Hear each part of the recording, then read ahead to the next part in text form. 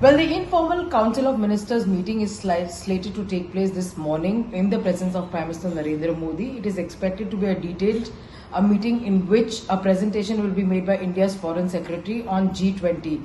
India's ministers, in fact, the government ministers will be told about what the impact has been of the G20 meeting so far.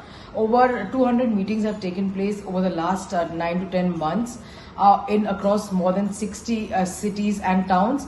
And of course, the big summit is going to take place in the national capital this weekend, which is of course on the 9th and the 10th, for which world leaders will be coming down to the national capital.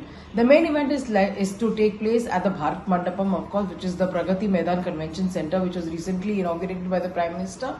So obviously, what is it that India has been able to contribute through the G20 meeting and through the G20 presidency is something which is going to be briefed to the Council of Ministers. It's a very significant development given the fact that the Prime Minister has spoken about VASUDHAIVA Kutumbakam.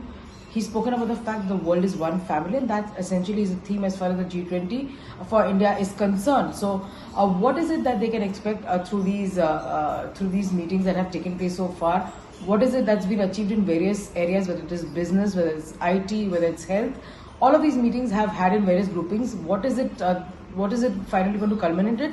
And how will India make an impact before the world, before, of course, handing over the presidency now to Brazil next is something which is also going to be discussed in great detail.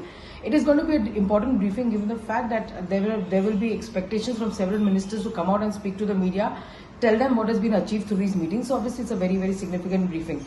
Now, normally the Council of Ministers meeting is on various subjects and it's said to be a detailed one, but this is going to be focused on what is in hand right now, and that is of course the G20 presidency and the G20 summit that India is in fact hosting at the national capital.